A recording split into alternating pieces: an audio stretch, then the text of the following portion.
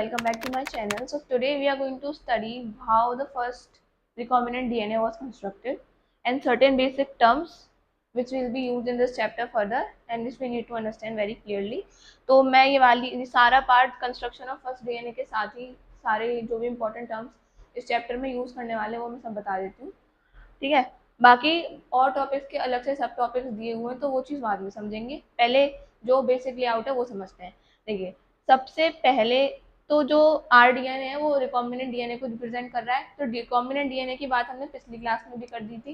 Recombinant DNA में होता क्या है, या तो आपको जो जीन ऑफ इंटरेस्ट इंट्रोड्यूस करवाना है वो वाला पीस आपने लिया, और जिसके अंदर इंट्रोड्यूस करवाना है वो वाला डीएनए आपने लिया। अब आपने उन दोनों को अगर ज्वाइन कर दिया तब उसको रिकॉम्बिनेंट डीएनए बोला जाता है। मैं अब अच्छे से बता देती हूँ, बिल्कुल एक बार बिल्कुल ध्यान से इसको सुनना है, ठीक है।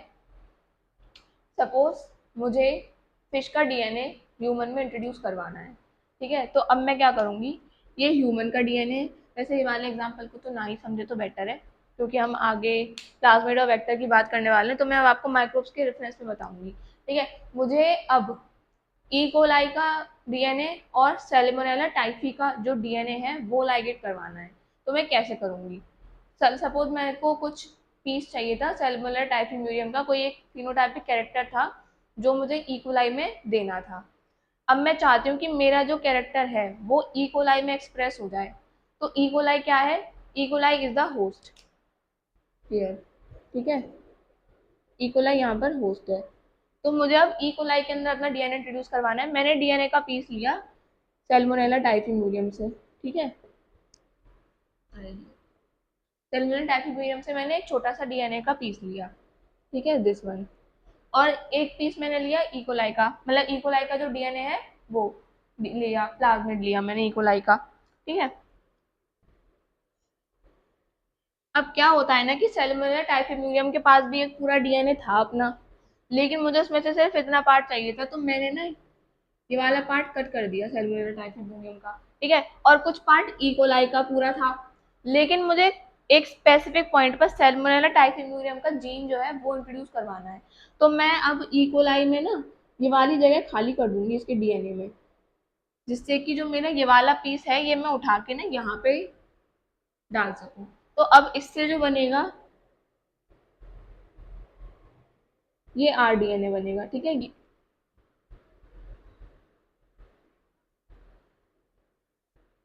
ये मैंने ऐसे जगह छोड़ के इसलिए दिखाई है ताकि आप डिफरेंशिएट कर पाओ। तो ये तो आरडीएनए बन गया, ठीक है। रिकॉम्बिनेंट डीएनए यहाँ से क्लियर हो जाना चाहिए अब कि हमने किया क्या है। रिकॉम्बिनेंट डीएनए में we have combined the DNA of two organisms, that is recombinant DNA, ठीक है। क्लोनिंग, क्लोनिंग का क्या मतलब होता है, क्लोनिंग का मतलब ये होता है कि अब जो रिकॉम्बिनेंट डीएनए मैंने बनाया है या कोई भी पीस ऑफ डीएनए है, कोई भी पीस ऑफ डीएनए जिसको मुझे रेप्लिकेट करवाना है और उसको फर्दर उसकी कॉपीज बनानी है, then that is cloning. What is cloning, making identical copies, multiple identical copies of any template DNA. अगर मैं पहले ये वाला छोटा सा पीस लेके इसकी क्लोनिंग करवा देती तो यही बहुत सारे अमाउंट में मेरे को मिलता चला जाता, ठीक है, इसके रेप्लिकेशन से। अगर ये खुद रेप्लिकेट कर रहा होता सेलुलर टाइफीम्यूरियम अगर अकेले डिवाइड कर रहा होता तो क्या होता कि इसका जो ये वाला जीन है ये बार बार बार बार बार बार बार बार क्या हो जाता, रेप्लिकेट हो जाता ना, तो वही क्लोनिंग हो जाती है, ठीक है। क्लोनिंग इज मेकिंग मल्टीपल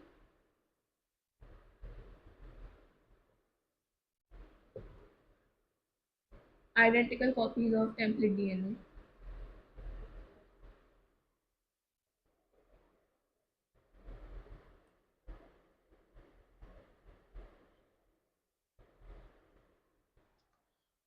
तो अब मैं इकोलाई की बात कर लूँ फॉर एग्जाम्पल, तो इकोलाई प्रोकैरियोट होता है।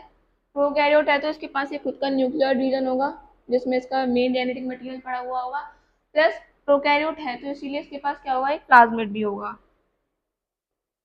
कि this is the plasmid. Plasmid के बारे में हम काफी कुछ पढ़ चुके हैं। प्लाज्मिड का जो रेप्लिकेशन होता है, डीएनए रेप्लिकेशन जो प्लाज्मिड का होता है वो मेन डीएनए के कंट्रोल से बाहर होता है, मतलब ये कभी भी रेप्लिकेट कर सकता है। इसका कोई फिक्स नहीं है कि जब मेन डीएनए रेप्लिकेट करेगा या उसके एंजाइम्स की रिक्वायरमेंट से ही ये रेप्लिकेट हो पाएगा, ऐसा कुछ नहीं है।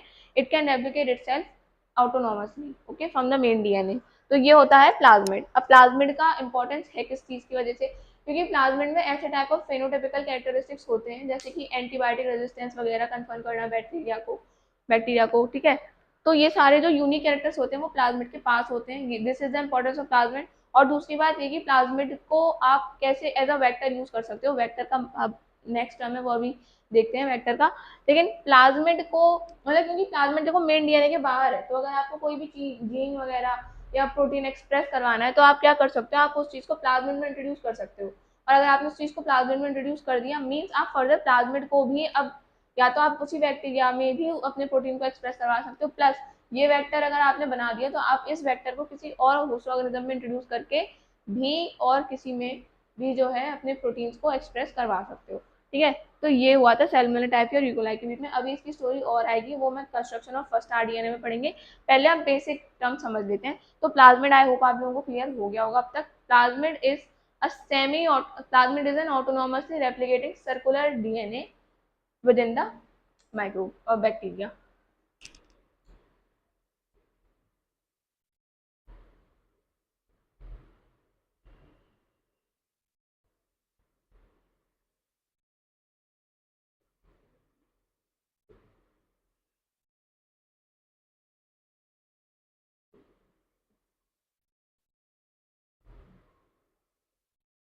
This is double standard. ठीक है, डबल स्टैंडर्ड का होता है ये।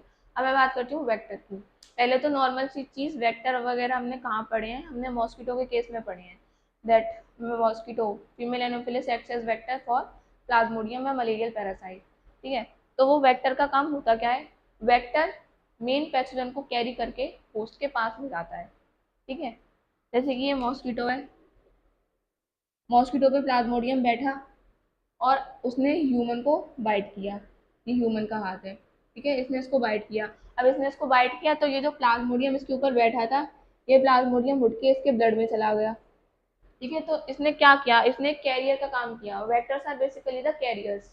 तो प्लाज्मोडियम का वेक्टर या कैरियर कौन था, मॉस्किटो था, जिसने प्लाज्मोडियम को ह्यूमन के अंदर यानी कि होस्ट के अंदर डिलीवर करने का काम करा। ठीक है, होस्ट का मतलब मैं आपको पहले भी बता चुकी थी और मैंने इनफैक्ट स्टार्टिंग में भी बता दिया था। ठीक है, अब वेक्टर, तो वेक्टर मैं नॉर्मल बताती हूँ प्लाज्मिड वेक्टर की तरह कैसे काम करता है या हम बायोटेक में वेक्टर को कैसे यूज करते हैं। देखिए, हमको कोई जीन चाहिए था, वो जीन मुझे अपने जेनेटिक मटेरियल में इंट्रोड्यूस करवाना था। ठीक है, अब वो जेनेटिक मटेरियल में मैं डायरेक्टली इंट्रोड्यूस करवा सकती हूँ depending on the type of organism which we are choosing.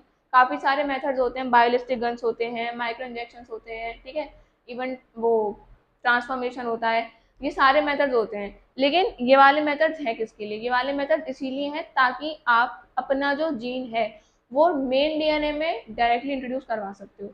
लेकिन अगर आप मेन डीएनए में ना इंट्रोड्यूस करवा के चाह रहे हो कि किसी भी कैरियर के फॉर्म में आप उसको भेजो, तो फिर आप वेक्टर का यूज करोगे।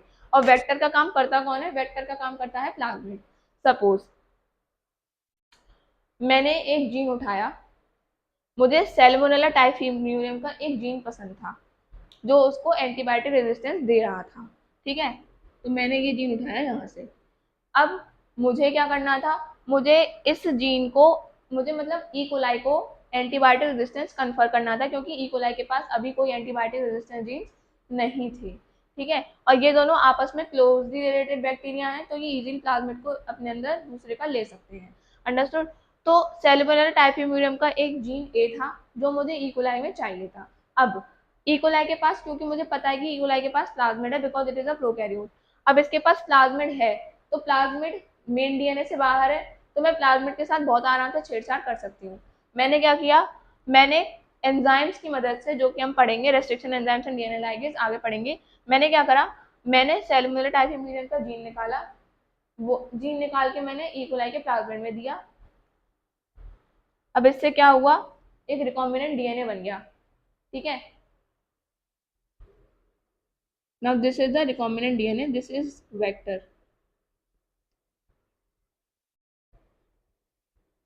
अब ये वेक्टर फिलहाल तो इकोलाई के पास है, लेकिन अगर मुझे ये प्लाज्मिड किसी और को पास भी इंट्रोड्यूस करवाना है तो मैं ये भी कर सकती हूँ। मैं क्या करूंगी, सिंपली इसका प्लाज्मिड एक्सट्रैक्ट करूंगी और एज अ प्लाज्मिड मैं इसको कहीं और भी इंट्रोड्यूस करवा सकती हूँ। सपोज मुझे इकोलाई के किसी और स्ट्रेन में डालना है, तो मैं ये वाला प्लाज्मिड उठा के वहां भी डाल सकती हूँ। अब प्लाज्मिड को ही मैंने वेक्टर क्यों बोला, क्योंकि प्लाज्मिड को आप इजीली रेप्लिकेट करवा सकते हो, ठीक है।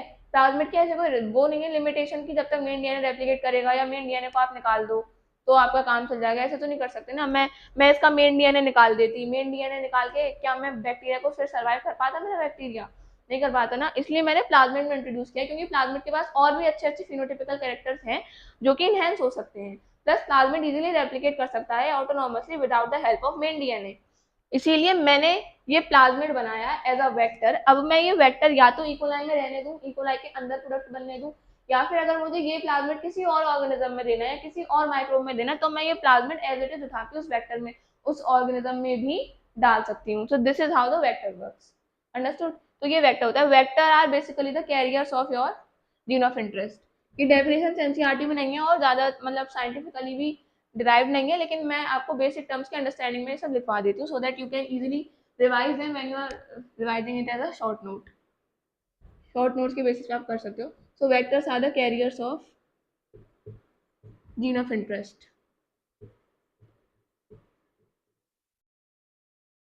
एग्जाम्पल में आप प्लाज्मिड ही लेंगे because plasmid serves as vector. Plasmid को बायोटेक में यूज ही इसीलिए किया जाता है because it is going to serve as a vector for the transfer of jeans.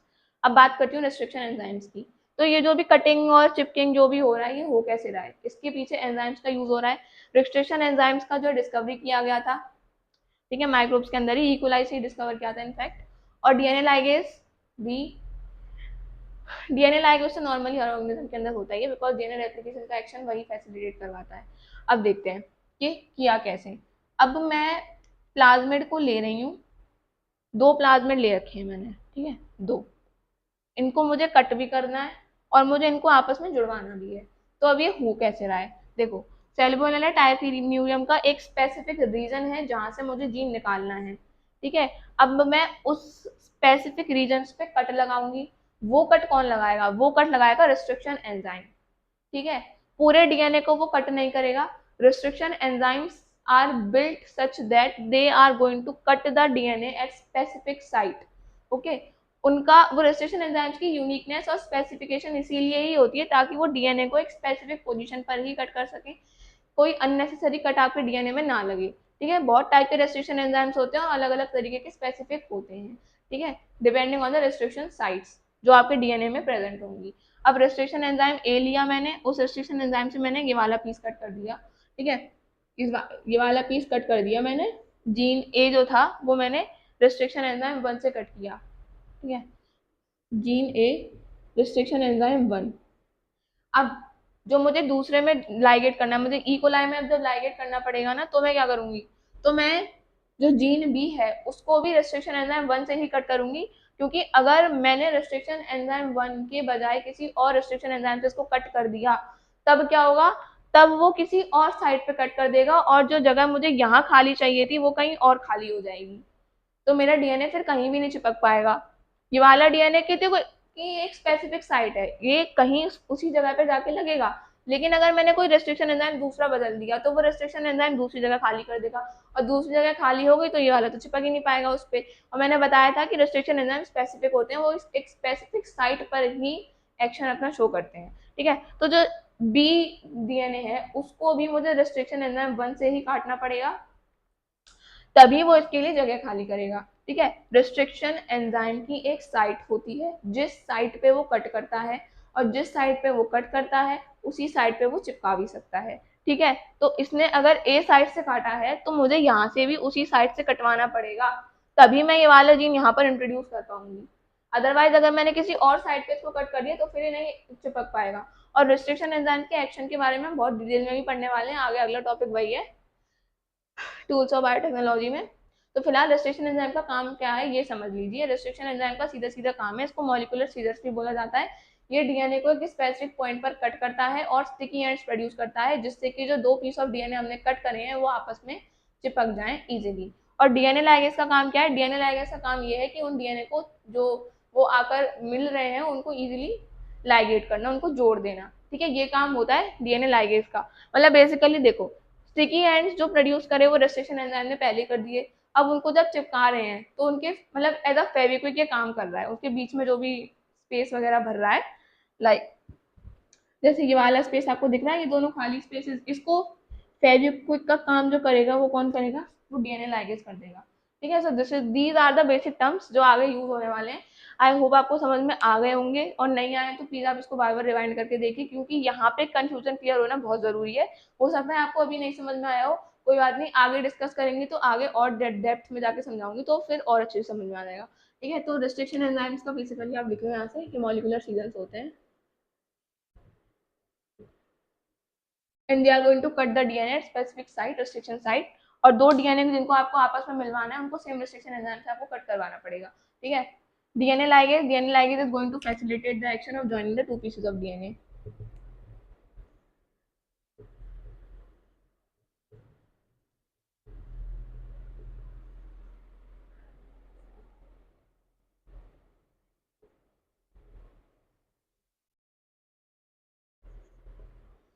ठीक है, अब आते हैं स्टोरी पे, construction of first recombinant DNA. तो ये हुआ क्या था, सबसे पहले कंस्ट्रक्शन किया किसने था, स्टैनली कोहेन और हर्बर्ट बोयर ने।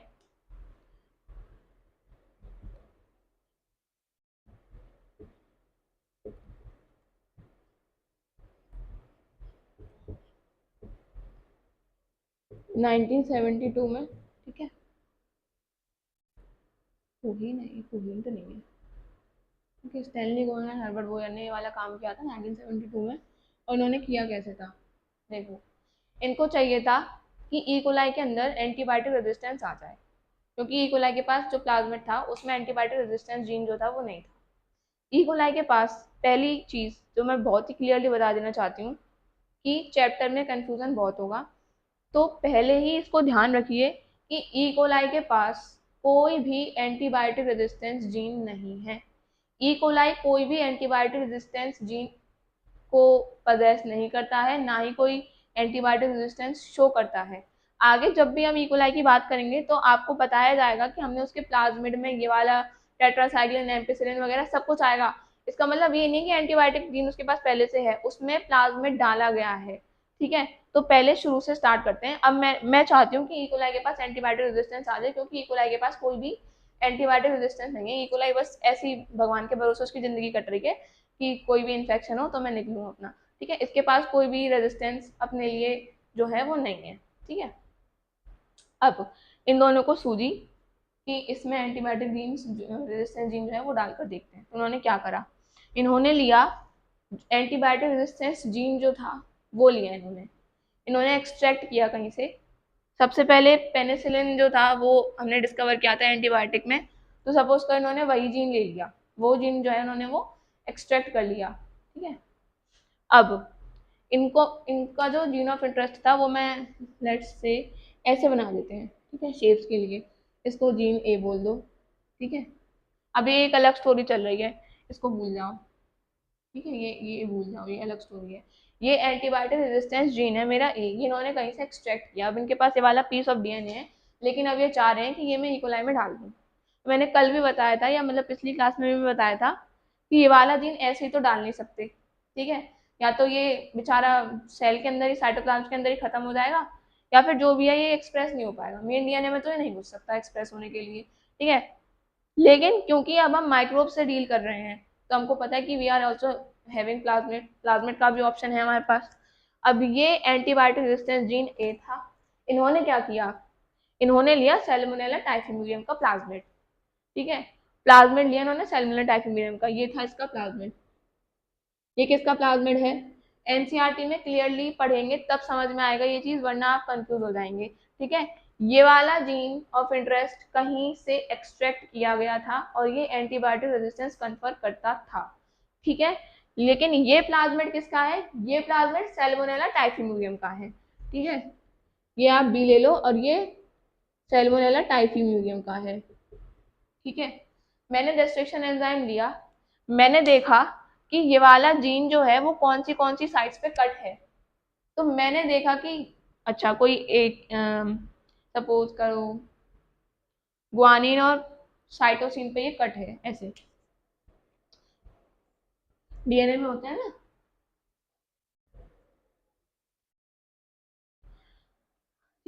तो ये यहाँ पे जो है ये यहाँ पर कट है।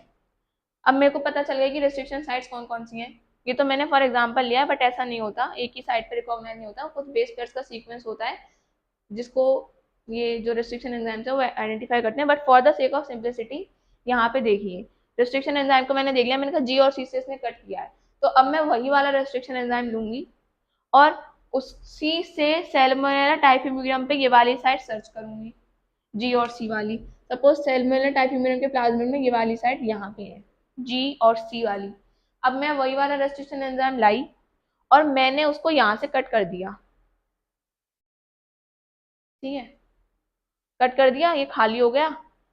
अब देखो जिसका कॉम्प्लीमेंट्री बेस होगा, ठीक है, मतलब ये तो डबल स्टैंडर्ड बनाऊंगी ना मैं, डबल स्टैंडर्ड होता है प्लाज्मिड, तो ये भी डबल स्टैंडर्ड होगा, ठीक है। तो अब इसने स्टिकिंग एंड जो है वो प्रोड्यूस कर दिए, ठीक है, जी और सी वाली साइड से तो मैंने इसको कट करवा दिया, लेकिन यहाँ पे जी है तो यहाँ पे फिर सी होगा, यहाँ पर जी होगा, ठीक है। सिमिलरली यहाँ पे जी और यहाँ पे सी।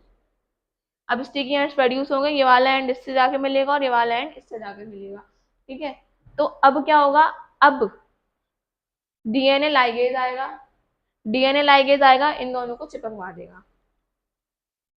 तो अब ये बन गया ऐसे। अब ये क्या है, ये रिकॉम्बिनेंट डीएनए तो बना है, तो ये रिकॉम्बिनेंट डीएनए है which is also serving as a vector. Now this is the vector which we have made, ये हो गया एक वेक्टर। अब मैं चाहती हूँ कि ये वाला वेक्टर जो है मैं इकोलाई में ट्रांसफर कर दूँ, जिससे कि इकोलाई के पास रेजिस्टेंस आ जाए एंटीबायोटिक का। तो मेरे काफ़ी मेथड्स होते हैं आपका प्लाज्मिड इंट्रोड्यूस करवाने के, ट्रांसफॉर्मेशन वगैरह होते हैं, पढ़े होंगे 11th क्लास में, नहीं पढ़े तो आगे पढ़ लेंगे, चैप्टर में आने वाले हैं, ठीक है। अब ये सैल्मोनेला टाइफिम्यूरियम का प्लाज्मिड है जिसमें मेरा जीन ऑफ इंटरेस्ट भी है, तो दिस इज अ वेक्टर। अब ये सैल्मोनेला टाइफिम्यूरियम का प्लाज्मिड मैं इकोलाई में डालूंगी। इकोलाई के पास प्लाज्मिड तो था लेकिन रेजिस्टेंस जीन नहीं था किसी भी एंटीबायोटिक का, तो मैं अब इकोलाई लूंगी विच इज माई होस्ट, ये होस्ट है, इसमें मैंने ये वाला प्लाज्मिड जो है डाल दिया। इस प्लाज्मिड ने वेक्टर का काम कैसे किया, इस प्लाज्मिड ने वेक्टर का काम ऐसे किया, इसने जो मेरा जीन ऑफ इंटरेस्ट था, ये जीन ए जो था, जो जीन ऑफ इंटरेस्ट था, इसने अपने प्लाज्मिड में कैरी किया और इसको मेरे होस्ट में डिलीवर कर दिया, ठीक है। अब ये प्लाज्मिड मेरे वेक्टर वाले जीन को कैरी कर रहा है, ठीक है, और ये मैंने इसमें डाल दिया। अब इससे हुआ क्या, इकोलाई और Salmonella typhimurium closely related bacteria होते हैं, तो इजीली उसका प्लाज्मिड एक्सेप्ट हो गया ट्रांसफॉर्मेशन के थ्रू, या और भी प्रोसेसेस जो होते हैं वो हम डिस्कस करेंगे आगे, उसके थ्रू इकोलाई ने वाला वेक्टर ले लिया। अब इकोलाई जो बैक्टीरिया है वो फर्दर डिवाइड करेगा, फर्दर डिवाइड करते जाएगा करते जाएगा करते जाएगा, तो क्या होगा कि जो मेरा ये जो जीन है, जीन ऑफ इंटरेस्ट है एंटीबायोटिक रेजिस्टेंस जीन, ये भी मल्टीप्लाई होता चला जाएगा, और अगर ये मल्टीप्लाई होता चला जा रहा है तो फिर अब लार्ज अमाउंट में जो एंटीबायोटिक है वो हमको प्रोड्यूस कर सकते हैं वहां से easily. So this is what cloning. अब इकोलाई जब फर्दर डिवाइड करेगा तो वो जीन की क्लोन करता जाएगा, जो हमारा जीन ऑफ इंटरेस्ट है एंटीबायोटिक रेजिस्टेंस जीन, वो अब आगे जा जाके मल्टीप्लाई करता जा रहा है करता जा रहा है करता जा रहा है, उसकी बाकी मल्टीपल कॉपीज बनती जा रही हैं। अब इकोलाई के पास रेजिस्टेंस जीन जो है वो आ गया है, ठीक है, ये होता है इसमें। और ये ऐसे ही हमने जो पहले रिकॉम्बिनेंट डीएनए था वो बनाया गया था ये, ठीक है। हमने जीन ऑफ इंटरेस्ट लिया, उसको सैल्मोनेला टाइफिम्यूरियम के प्लाज्मिड में डाला, सैल्मोनेला टाइफिम्यूरियम के प्लाज्मिड से उठा के फिर हमने उसको इकोलाई के प्लाज्मिड में इकोलाई के अंदर इंट्रोड्यूस करवा दिया, जहाँ पर इसने एज अ वेक्टर काम करके अपना जो एंटीबायोटिक रेजिस्टेंस है वो इकोलाई को मिल गया। पहले इकोलाई के पास कोई भी रेजिस्टेंस जीन नहीं था, ठीक है। तो this is all about the construction of first recombinant DNA. अब आगे बात करेंगे टूल्स के बारे में, टूल्स ऑफ बायोटेक्नोलॉजी, ठीक है। तो किसी भी बायोटेक्नोलॉजिकल प्रोसेस में हमको काम क्या क्या करना होता है, सबसे पहले तो हम डीएनए को आइडेंटिफाई करेंगे जिसमें हमारा जीन ऑफ इंटरेस्ट है, ठीक है। उसके बाद मैं वो जीन ऑफ इंटरेस्ट अपने होस्ट में इंट्रोड्यूस करवाऊंगी, और उसके बाद we will keep a check on that, on whether the gene of interest is being divided और making clones in the host और नॉट, ठीक है। तीन प्रोसेस होते हैं, सबसे पहले you are going to identify the DNA with the gene of interest, second you are going to introduce that into the host organism, and third you are going to ensure that the copies of the gene of interest are being made. that is we are going to ensure the presence of recombinant DNA or gene of interest in the progeny of the host. तो ये 3 basic process होते हैं, ये NCERT में लिखे हुए हैं, direct question board में आ सकता है, so we can learn from there. लेकिन अभी हम we are going to move on the tools of biotechnology now.